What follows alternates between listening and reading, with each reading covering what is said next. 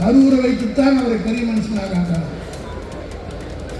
ஒரே ஒரு CBI enquiry 2 நாள் போயிட்டு வந்தார். இன்னும் 2 நாள் போட்ட கட்சியை கலந்து நான் பேசி என் தரத்தை குறைத்துக் கொள்ள விரும்புகிறேன். காரணம், இன்றைய இளைய தலைமுறை இந்த வரலாற்றை தெரிந்து கொள்ள வேண்டும். அன்றைக்கு மட்டும் அந்த போராட்டம் நடைபெறாமல் இருந்திருந்தால் இன்றைக்கு தமிழ்நாட்டிலே தமிழே இருந்திருக்கார். அது இந்த கரூரை வைத்துத்தான் அவரை பெரிய மனுஷனாக ஆக்கார். ஒரே ஒரு சிபிஐ என்கொயரி 2 நாள் போயிட்டு வந்தார். இன்னும் 2 நாள் போட்ட கட்சியை கலந்து